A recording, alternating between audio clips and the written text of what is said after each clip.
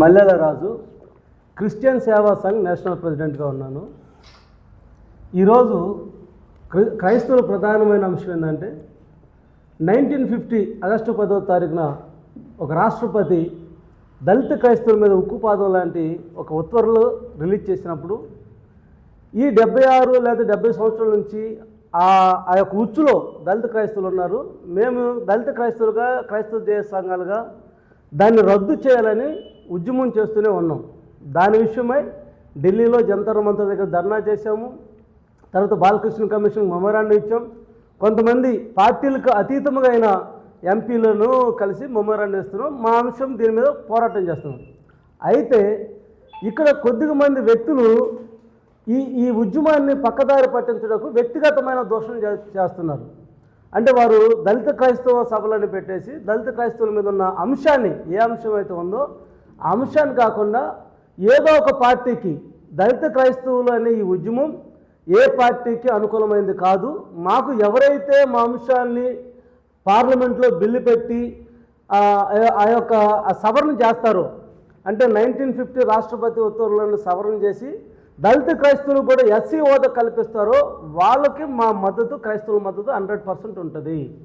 వ్యక్తిగతంగా ఒకవేళ ఈ వేదికల మీద ఎవరైనా కానీ వాళ్ళకు మనసుకు నచ్చినట్టు లీడర్లను తిట్టినా లేకపోతే వాళ్ళని పోడినా వాళ్ళు వ్యక్తిగతంగా సంబంధించిందే తప్ప క్రైస్తవులకు ఎటువంటి సంబంధం లేదు అని మేము ఈ విధంగా మేము తెలియజేస్తున్నాం. రెండు, జరిగిన పరిణామాలు పెట్టుకుంటే ప్రభుత్వంలో ఉన్న కొంతమంది పెద్దల్ని, లేకపోతే ఈ బైబిల్ ఏం చెప్తుందంటే, మేము మా ఉద్యమం అంతా కూడా బైబిల్ సిద్ధాంత ప్రకారంగా ఉంటుంది. బైబిల్ వాక్యం ప్రకారంగా నాయకుల కోసం, అధికారుల కోసం ప్రార్థన చేయమన్నారు. అట్ ద సేమ్ టైం మేము వారి కోసం ప్రార్థన చేస్తూ మా యొక్క హక్కుల కోసం కూడా మేము ప్రభుత్వాన్ని ప్రశ్నిస్తాం. ఏ ప్రభుత్వం ఉన్నా ప్రశ్నిస్తాం. ఇది వైసీపీకో, టీడీపీకో, క్రైస్తవులు ఎక్కడ కూడా దాసోహం లేరు, బానిసత్వం లేదు. మాకు న్యాయం జరగనప్పుడు, మాకు అన్యాయం చేస్తున్నప్పుడు, మేము విషయం మీద ఫైట్ చేస్తున్నప్పుడు మాకు టీడీపీ అయినా ఒకటే, వైసీపీ అయినా ఒకటే. కొంతమంది ఇందులో వైసీపీ ఫేవర్గా కొంతమంది మాట్లాడవచ్చు, కొంతమంది టీడీపీ ఫేవర్గా మాట్లాడుతున్నారు. క్రైస్తవ సమాజానికి, క్రైస్తవ సంఘాలకి, క్రైస్తవ ఉద్యమానికి ఎటువంటి సంబంధం లేదు. మొన్న విషయం కూడా గౌరవ ఉప ముఖ్యమంత్రి పవన్ కళ్యాణ్ గారి మీద అనుచితమైన వ్యాఖ్యలను మాకు బాధ ఉన్నప్పటికీ, కాబట్టి మేము త్వరలోనే ఈ రాష్ట్ర ముఖ్యమంత్రులు కానీ ఉప ముఖ్యమంత్రులు వీళ్ళని కూడా కలిసి రేపు పార్లమెంట్లో జరగబోతున్న సమావేశాల్లో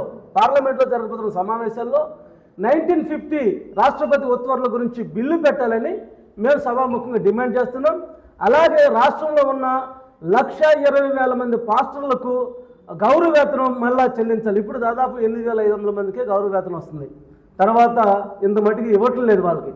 కాబట్టి మా క్రిస్టియన్ జేసీ తరపు నుంచి, క్రిస్టియన్ సేవా సంఘం నుంచి కూడా ప్రతి పాస్టర్ కూడా ఆ వెసులుబాటు కల్పించాలి. తర్వాత క్రైస్తవుల మీద నోరు పారేసుకొని క్రైస్తవులు బైబిల్ని బూతుల పుస్తకంగాను, మేరీ మాతని అంటే చెప్పుకోలేని దుర్భాషలు మాట్లాడుతున్న రాధా మనోహర్ దాస్ లాంటి వారిని కూడా కఠినంగా శిక్షించాలి. ఎలాగైతే ఈ ఉపా చట్టాలు ఉన్నాయో వాళ్ళ మీద కూడా పెట్టాలి. మా మనోభావాలు దెబ్బతినేలాగా మాట్లాడినప్పుడు ఈ రాష్ట్రాన్ని పరిపాలిస్తున్న నాయకులు చంద్రబాబు నాయుడు గారు కానీ, పవన్ కళ్యాణ్ గారు కానీ అందరూ సమానం చూడాలి. హిందువులను, ముస్లింలను, క్రైస్తవులను. మా క్రైస్తవులు కూడా రెచ్చగొట్టే ప్రసంగాలు చేయొద్దని మేము చెప్పుకుంటున్నాం. ఎదుటివాడి విశ్వాసాన్ని కించపరిచే విధంగా, ఎదుటివాడి ఆత్మగౌరవాన్ని దెబ్బతీసే విధంగా మేము మాట్లాడొద్దని మేము తెలియజేస్తున్నాం.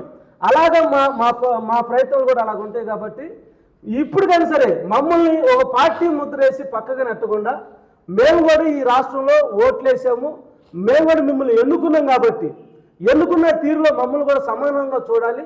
రేపు జరగబోయే పార్లమెంటు విషయాల్లో గౌరవ ఉప ముఖ్యమంత్రి, గౌరవ ముఖ్యమంత్రి గారు కేంద్రం మేడలు వంచైనా కేంద్రంతో, ఎందుకంటే మీకు అనుసంధానమైంది కేంద్రం బీజేపీ ఉంది. కాబట్టి బీజేపీ ప్రభుత్వం క్రైస్తవులకు అగ్నెస్ట్గా ఉంది. కాబట్టి మీరు మన మంత్రులు ఇక్కడైతే ఎంపీలు ఉన్నారో ఈ బలంతో నరేంద్ర మోడీ గారు చెప్తారో, లేకపోతే బాలకృష్ణ కమిషన్ గారు చెప్తారో, లేకపోతే పార్లమెంట్లో బిల్లు పెడతారో, మీరు కనుక క్రైస్తవులకి మేలు చేయాలనే ఉద్దేశం కనుక ఉన్నట్లయితే డెఫినెట్గా మీరు పార్లమెంట్లో బిల్లు పెట్టి ఆ యొక్క సవరణ చేసి మాకు న్యాయం చేయాల్సిందిగా తెలియజేస్తున్నాం.